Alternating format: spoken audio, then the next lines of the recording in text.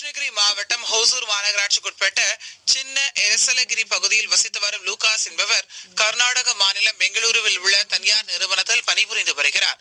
Corona ஊரடங்கு முதல் வீட்டிலேயே வேலை செய்து வரும் லூகாஸ் திருவள்ளுவர் தினத்தை லூகாஸும் அவரது மனைவி வின்சியும் புது முயற்சியாக 1330 குறளை 1330 ஜூஸ் குச்சிகளில் எழுதியுள்ளனர்.